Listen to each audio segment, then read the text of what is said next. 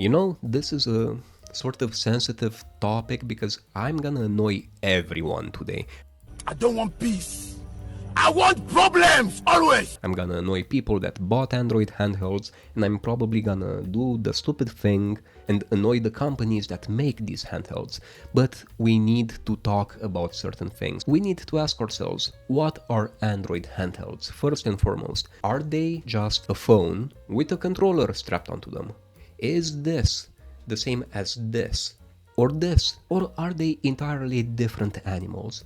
Because one could say that this and this is exactly this, with the exception that this phone with this GameSir controller is better and more modular, in the sense that you get a better screen, you get better performance, you get better ergonomics, and you get modularity in the sense that if the trigger springs break, for example, this is a random example, I'm not targeting any company here, but if they break, you can just do this and either just buy a new controller or fix the controller or change the design itself by buying a smaller, more portable controller without any grips. You have liberty there. But you also have liberty when you buy an Android handheld. You see, my dear nerds, Android handhelds, let's call a kangaroo. They are in a way phones that cosplay as handhelds because their internals, their SoC, RAM, storage, everything, PCB are all parts that were sourced from phones. They are most often at times scrap heap parts that get bought for a very low price and then they get legoed in and assembled into handhelds. But make no mistake, those components were meant in a perfect universe to be very happy phones. And now they ended up being this Frankenstein monster where they always ask themselves, what have I become? Why, God, why have you forsaken me? Why have you given me triggers and joysticks? This is not what I'm supposed to be. Make this existential horror stop. They are not happy phones because they didn't end up what they wanted to be. But that's okay, neither did most of us when we finished college, so life is tough. All Android handhelds will eventually have to accept what they are now. And usually this comes with a lot of benefits. Android, as you know, has a great environment for emulation. You can emulate a lot of handhelds, including the Nintendo Switch, PS2. There's a whole plethora of what you can actually do on Android. Plus, a lot of people just love having a separate device. They do not want to waste the battery on their phone while they are on a train to play 3 hours of Legacy of Kain Defiance, and when they reach their destination, they don't want to see that their phone is now at 46% battery. Even though we have things like power banks that can ameliorate this, people just do not want to go through that hassle. Having a separate device makes this way easier because you don't have to worry about this. So I get it. Android handhelds have a place in this world. I will not hate on them. You will never see me saying that Android handhelds are something that shouldn't exist. No, they have their own use cases where they are absolutely perfect. I'm a fan of Linux-based handhelds like the Mio Mini and the Anbernic RG556H, but I also appreciate a good Android handheld when it appears. But there's a problem here, there's a problem, my sweet nerds. And this is where I'm gonna piss off a lot of companies. Most of the Android handhelds have planned obsolescence in mind, meaning that for the price tag that they're being sold at, this can be $200, $250, they can, and I repeat, they can genuinely pack way more performance into them. It doesn't cost them more. Or even if it does, it's usually way less than we would think. It doesn't make business sense to make a cheap device, a very powerful cheap device that can play anything from PS2 to maybe Nintendo Switch. If they do a very good handheld for a very low price, then they satisfy the customer out of the market. Think about it. If you have a handheld that covers most of your needs, will you buy the next one next year? Will you buy the Retroid Pocket 5 or the Anbernic RG556? No, you won't. You'll be the first one saying on Reddit or YouTube that you're perfectly happy with this one. And companies know this.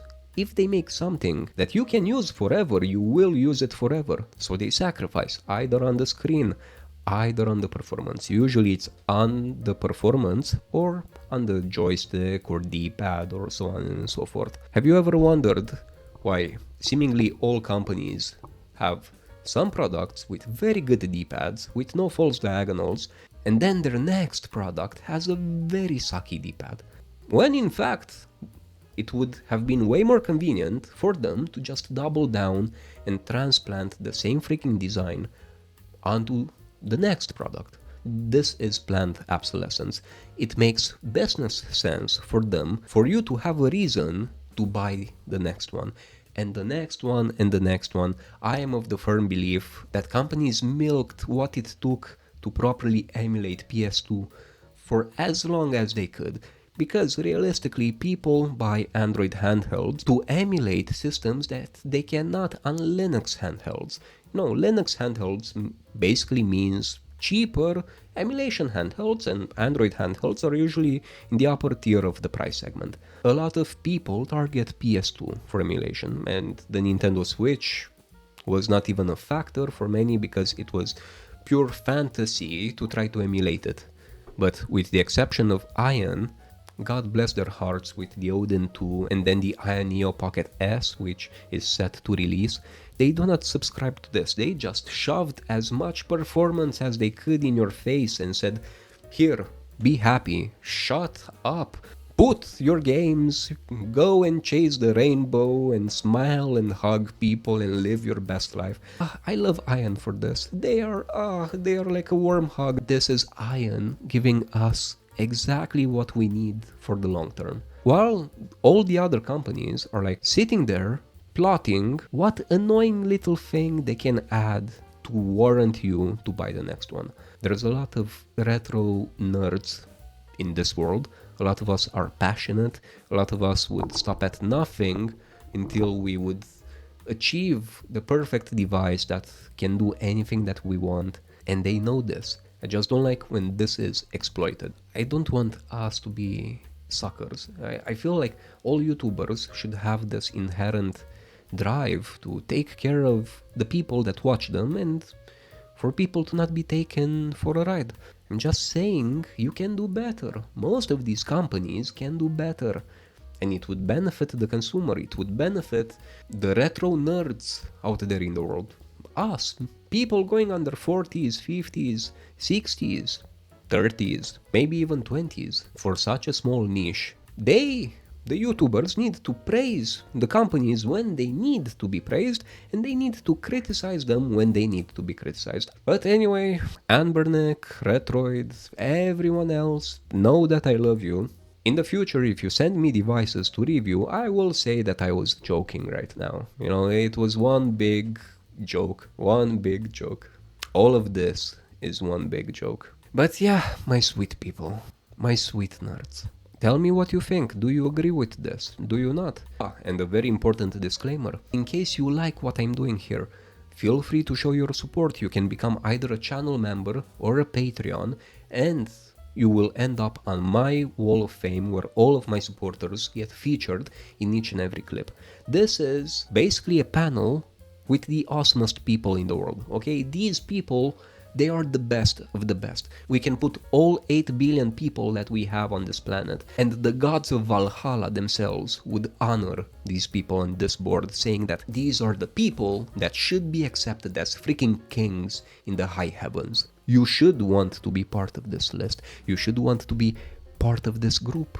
But if you don't, I will love you anyway. So don't worry, my love for you is unconditional. But you do need to subscribe, because this channel is super small and liking and subscribing really helps. With each new subscription that I'm gonna get, I'm gonna feed another puppy. Think of all of the cute puppies that I could feed. Do you want puppies to go hungry? Because people that don't subscribe do exactly that.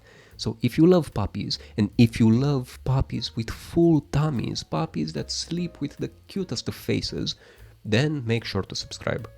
This is the only way to make puppies happy and to make me happy, and I would love you forever. Also, not to make this clip too long, but I just started the Discord channel. The link is in the description if you do want to join it. I feel like that's the perfect place to have more personal, nerdy conversations with anyone that wants them. So I'll be waiting for you over there as well.